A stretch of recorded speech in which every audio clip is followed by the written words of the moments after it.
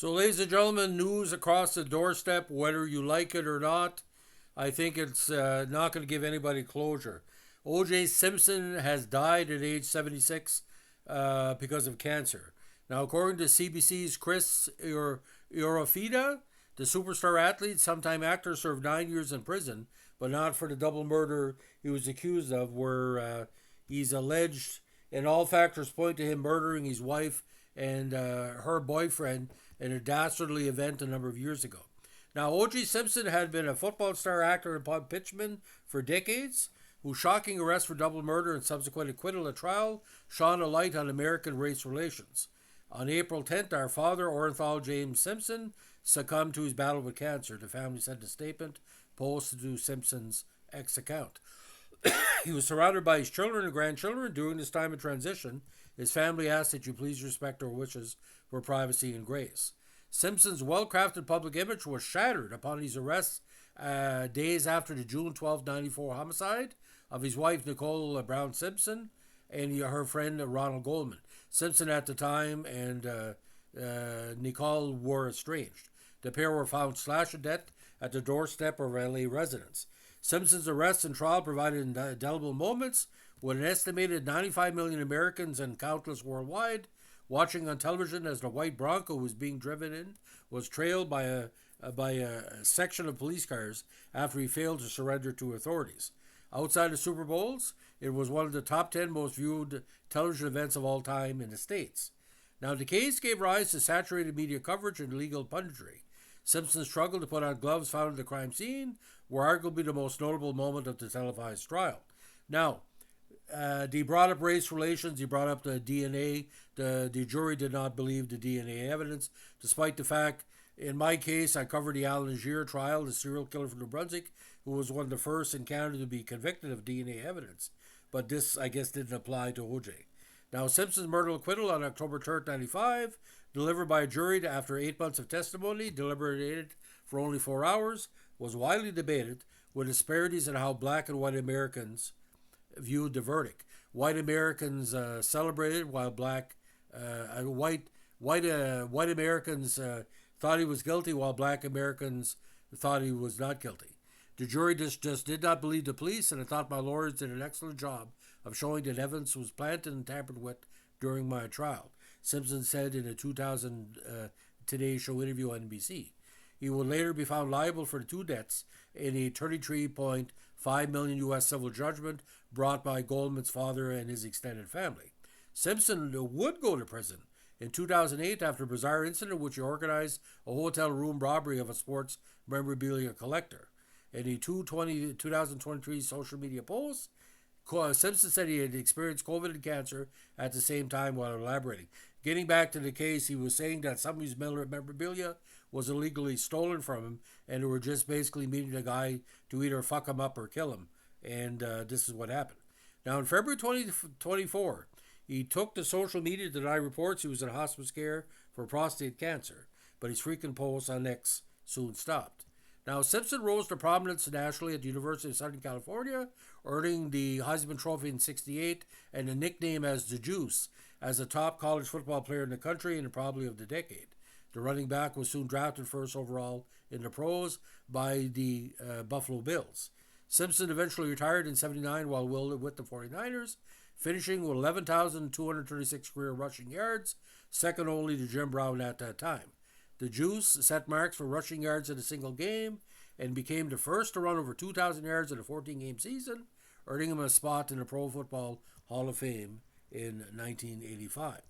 His runs were stunning in their beauty, belly like in their grace. O.J. was a symphony on the run, said John Facenda, his narration in an NFL Films footage of Simpson's on-field highlights. Now, before even entering the NFL, the charismatic Simpson began to act in TV shows.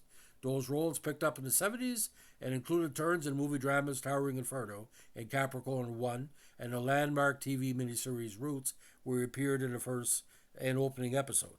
In '88, he made the first of three Naked Gun comedy movie appearances as the hapless police officer Nordberg. Unlike Brown and Muhammad Ali, Simpson generally refrained from commenting on the race-related political and social upheavals in the 1960s and 70s, and at one point said he wasn't black, he was OJ. This made him very desirable to Madison Avenue, as he became one of the most prominent black spokespeople for everything from cars to cola. He scored endorsement deals with Chevrolet, Schick, Dingo, Foster Grant, and RC Cola, with a 2-decade association with Hertz, his most famous plug, showcasing him running with a briefcase through airports and a memorable TV spot. O.J. Simpson was a counter-revolutionary athlete.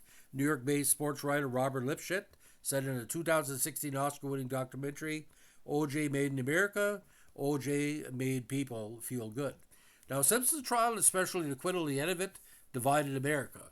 Polls by NBC, ABC, Gallup, and the LA Times reveal wide disparities. A significant majority of black respondents agreed with the not-guilty verdict, while the majority of whites said they believe O.J. was guilty. There was more agreement about wealth, as the Gallup poll found 73% agreeing that Simpson would have been convicted if he were not rich. The Times poll found that the majority believed the jury was trying to send a message to the nation about racism and police misconduct, and of course this came after the Rodney King riots. Now, the verdict landed with impact in a city where police and business owner shootings of black citizens had gone unpunished. In 92, 63 people were killed in the LA area, with hundreds of millions of dollars in property damage, in riots that followed the acquittal of 4 police officers in the extensive videotape beating of Rodney King, a black man. I think white people have to take a new look at how aggrieved and painted the black community is about our criminal justice system. Reverend Joseph Lowry of the Southern Christian Leadership Conference told the AP after the Simpson verdict. Now, prosecutors at the trial focused on Simpson's history of physical abuse, controlling behavior in his marriage, as well as blood evidence that connected Simpson to the crime scene and the victim's blood that was traced to his residence. Simpson's assemblage of high-priced lawyers assailed sloppy and typical evidence handled by police, while also focusing on the racist past of one officer, Mark Furman, who spotted the bloody glove at the defendant's property. Some people said the evidence was planted. There was no evidence that it was planted. Now, but in February 97, a civil jury found Simpson legally responsible for the 2 deaths and awarded the estate of Brown Simpson and family of Goldman $33.5 million US. Simpson told journalist David Sheff in 2003 that the plaintiffs don't deserve 1 red cent. I didn't commit this crime, he told Sheff in a Playboy interview. It means I have to sit on my butt or sit on a golf course the rest of my life and not make 1 extra penny. I'll do that. Now, in 2007, Simpson attached his name to the controversial book If I Did It, Confessions of the Killer, which discussed the killing in graphic detail. The rights to the books were awarded to the Goldman family by a bankruptcy court. We view as close to an admission and confession as is humanly possible in these words. Fred Goldman, the father of Ron Goldman, told NBC's Today Show. Not long after that, Simpson became an inmate for the incident involving that individual. He was sent to Lovelock Correctional Center, Nevada, for another case altogether. In September 2007, Simpson and 5 others accosted 2 men in the Palms Casino Resort Hotel room in LA. The 5-minute altercation over sports memorabilia saw Simpson accomplice pull out a weapon. On October 3rd, 2008, exactly 13 years after his murder acquittal, he was convicted of all 12 charges he faced. He was sentenced to 33 years in prison with parole eligibility after 9. It was my property. I didn't see the guns brandished, Simpson said at one parole hearing. He was granted release in 2017 and received full parole 4 years later. Now, Simpson, born July 1947 in San Fran, he idolized his mother Eunice and supported 4 children largely on her own. The family spent years living in naval barracks that had been converted to public housing, and Simpson said football helped steer him away from juvenile crime. At 19, he married his high school sweetheart Marguerite. They had 3 children, but the marriage ended in 1979. The same year, the couple's 2-year-old daughter, Erin, drowned in a swimming pool.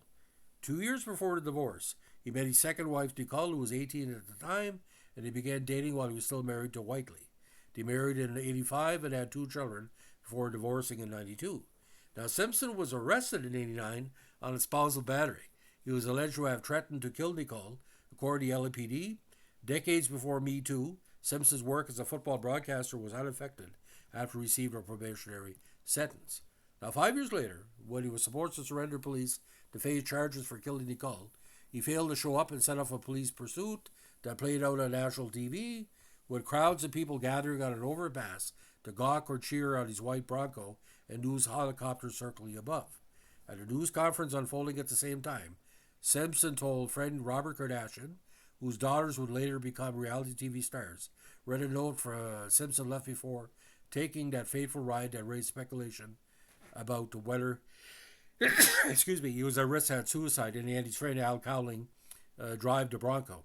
I've had a great life, great friends. Please think of the real OJ and not of this lost person. The note read. He claimed he was lost because he lost the cult, and we don't know again. Take it as you will. Decades later, SAG re-examined the people of O.J. Simpson, American Crime Story, which saw Cuba Gooding Jr. portray Simpson, and O.J. Made in America, which won the 2017 Academy Award for Best Documentary. That was some controversy about that because it was showing on TV first, not at theaters. Go figure. Simpson, meanwhile, continued to maintain his innocence. He proclaimed immediately after his acquittal what he said he would pursue as my primary goal in life, the killer of killers who slaughtered Nicole and Mr. Goldman. But if he didn't do it, who would have it against him? Think of that for a second. As the old Brian Spencer case said, attitudes are more important than facts. Who was the main suspect? It was O.J. Simpson. Because, he didn't want his wife dating anybody else who was controlling. Now, when he moved from California to Florida and Nevada, he was increasingly involved in less noble pursuits, including releasing a rap video and selling a candy camera-style video in which he appeared in various disguises. So O.J. Simpson, dead at 76 from cancer. For the new generation coming up now, the generation of the 21st century, those 24 and under, have no idea how the O.J. case impacted the world.